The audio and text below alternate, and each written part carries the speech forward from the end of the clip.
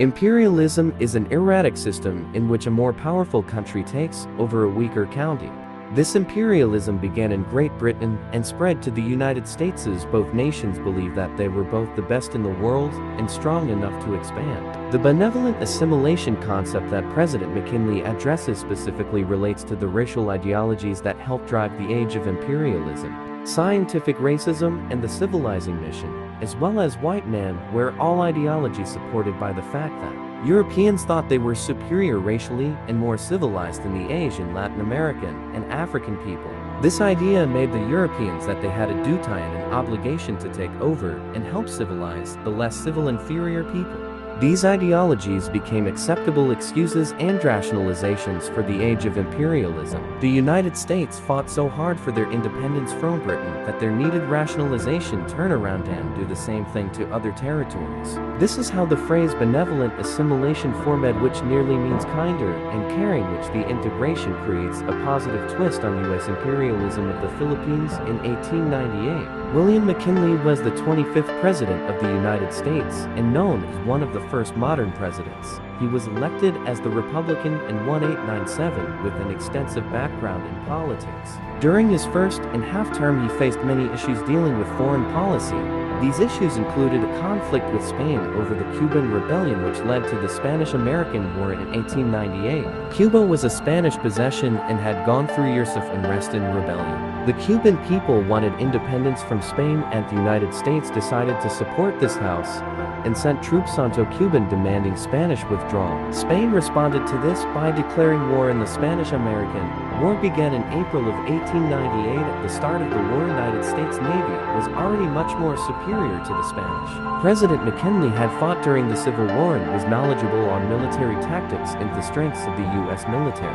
He confidently led them into the battle, first Cuba and then them to the Philippines in the naval battle at Manila Bay. In only a couple of hours, the U.S. Navy had defeated the Spanish and took the harbor at Manila, hope of keeping us hold on the islands. A Filipino rebel leader, Emilio Aguinaldo, was allowed back into the Philippines after being exiled to Hong Kong. He was notorious for rebelling against Spanish rule and was able to rally more rebels against the Spanish government.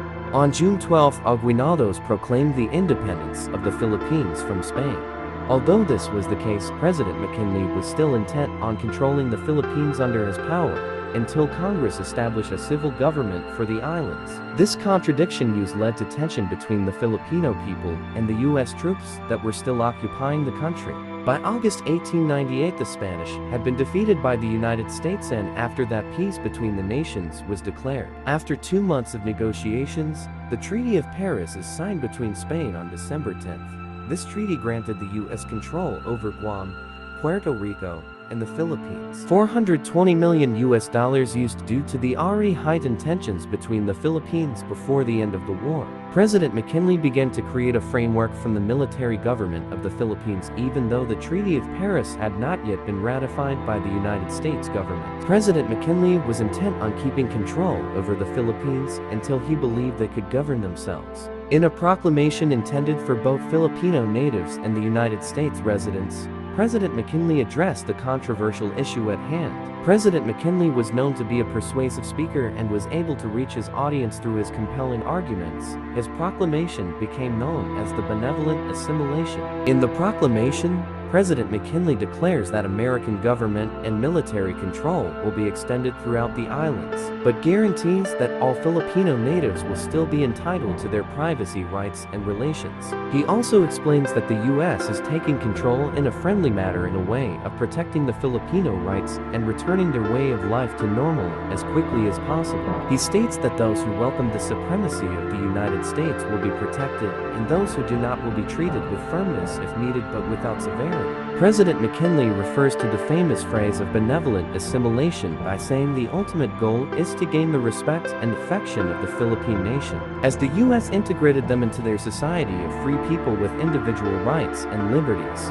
The term benevolent means kind, compassionate, or in good nature, and proves how President McKinley is trying to convince both the U.S. and the Philippines that it is what the best for both nations by bestowing the blessings of a good and stable government on the Philippines. President McKinley is targeting the imperialistic ideologies of the period, which were that the Europeans and Americans were more civilized than other nations, and they must expand their nations to help civilize those nations that are not.